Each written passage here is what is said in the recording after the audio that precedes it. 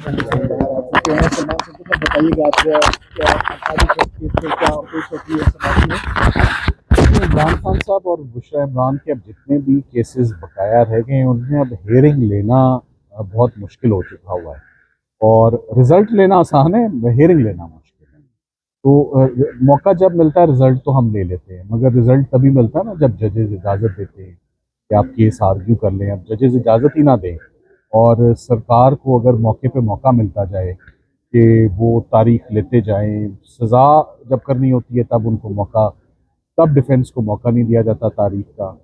और जल्दी जल्दी सज़ाएँ होती हैं। जब हम उनकी अपीलों में आते हैं, ज़मानतों में आते हैं, तो वो अपीलें सुनी नहीं जाती हैं, उनकी सुनवाई नहीं होती।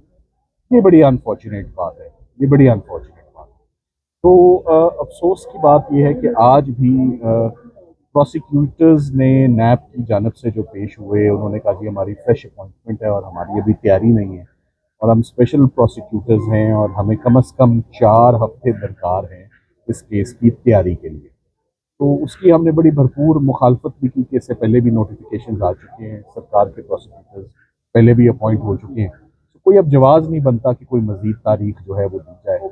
मगर बात यही है कि चूँकि आखिरी दमों पर ये केसेस हैं और आखिरी केसेस हैं, इस्लामाबाद में तो और कोई अभी इस वक्त सज़ा फील्ड में एग्जिस्ट भी नहीं करती। तो अलकादिर में, like I said before, Al-Qadir case में हमारा कोई प्रोग्राम नहीं है लंबी बहस करने का।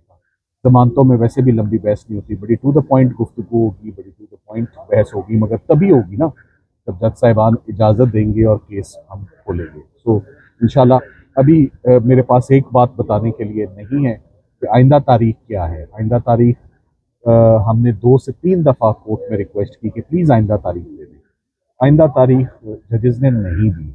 अब आइंदा समात कब होती है, किस दिन होती है, ये कुछ देर में पता लगेगा जब ऑर्डर आएगा या डेट इन ऑफिस होगी। तो फिर अ, मैं नहीं कह सकता कि ये तारीख कब लगेगी, पर बारहा जजेस को रिक्वेस्ट जा रही है कि प्लीज़ इसमें तारीख ज़रूर फिक्स करें। Thank you very much. जो खदशा जाहिर किया जा रहा था कि ये मामला छुट्टियों के बाद तक जाएगा, आपको क्या लग रहा है। मैं उस पर जवाब दे देता हूँ आपको।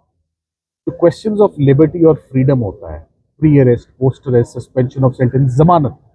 इसको सिंपल रखिए, जमानत की दरखास्त पे छुट्टियां कभी भी असरअंदाज नहीं, कभी भी। तो ये केस छुट्टियों में सुना जाएगा बावजूद इसके कि ये छुट्टियां कह रहे हैं। छुट्टियां जमानतों में हायल नहीं होती और वो कभी भी वो एक फैक्टर नहीं होगा। Like I said, question of liberty है, सो जमानतें सुनी जाएगी। Thank you. इसके साथ साथ सलमान सर तक ये भी बताइएगा कि अगर नेक्स्ट हेयरिंग में ये प्रोसिक्यूटर अपने दलाइल देते हैं, जवाब जमा कराते हैं, तो उसके बाद फिर आप लोग भी अपना जवाब जमा कराएंगे नहीं, या ऐसे नहीं दलाइल होता। देंगे देखिए देखिए, ये जमानत की एप्लीकेशन है। मैं आपको अभी टाइम फ्रेम और टाइम लिमिट बता जाता हूँ।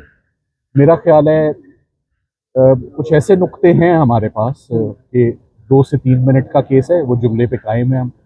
मगर अगर आप पूछें कि टोटल केस प्रेजेंट करना, जमानत का केस प्रेजेंट करना will not take more than 40 minutes. और इसी तरह अगर अगर अगर मुल्ज़मान के या पटिशनर्स के, दरख्वास्त गुजार के अगर दलाइल 40 मिनट से ऊपर नहीं है, तो सरकार के दलाइल भी फिर 20 मिनट से ऊपर नहीं होते।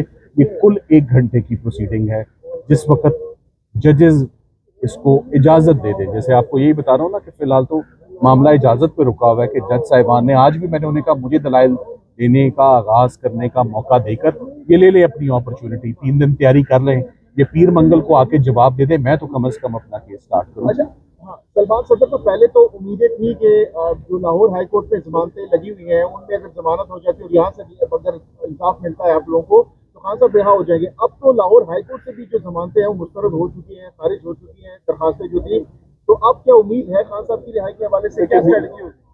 लाहौर हाई कोर्ट से जमानतें खारिज होना, अभी तक की खान साहब की जितनी भी लीगल बैटल आज दिन तक हुई है, उन सब में सबसे ज़्यादा अगर मायूस कुन अगर कोई रिजल्ट आया है, सबसे मायूस कुन, सबसे ज़्यादा शॉकिंग, सबसे ज़्यादा डिसअपॉइंटिंग, तो मेरा ख्याल है वो लाहौर हाई कोर्ट का फैसला था जिसमें उनकी ज़मानतें मुस्तरद हुई, जबकि 21 मरतबा वो ज़मानतें छोटी अदालतें पहले ही कर चुकी हैं।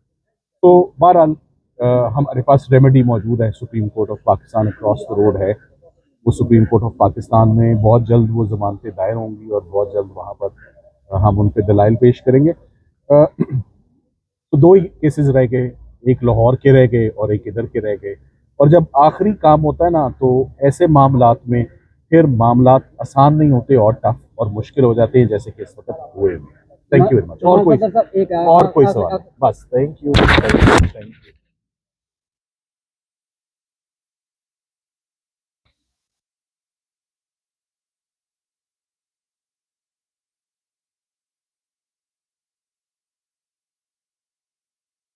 हैदर कंप्यूटर साहब इस वक्त अदालत के अंदर से आ रहे हैं। नहीं हैदर भाई, आप भी अंदर थे, आज जरा कमरा अदालत का माहौल बताइएगा। पीटीआई के कौन कौन से क़यादत वहाँ पर मौजूद थी? सलमान सदर साहब ने तो हमें केस की डिटेल्स दे दी हैं। आप जरा कमरा अदालत का माहौल आज बताइएगा, आज क्या हुआ अंदर, कौन सी पीटीआई की क़यादत मौजूद थी? गंडापुर साहब भी आए, तलीमा खान साहब भी थी, क्या हुआ अंदर? बहुत शुक्रिया बड़ी नवाज जी। क़यादत और मुख्तलिफ हमारे MNAs MPAs जिस हद तक अंदर इजाज़त मिल सकी वो तमाम लोग अंदर गए, और गेट के बाहर भी आप देख रहे हैं कि बड़ी अच्छी तादाद जो है वो आज आई हुई है। और इमरान खान साहब के साथ इज़हार यकजहती के लिए तमाम लोग घरों से सिंध तक से लोग जो हैं वो यहाँ पर पहुँचे हुए हैं।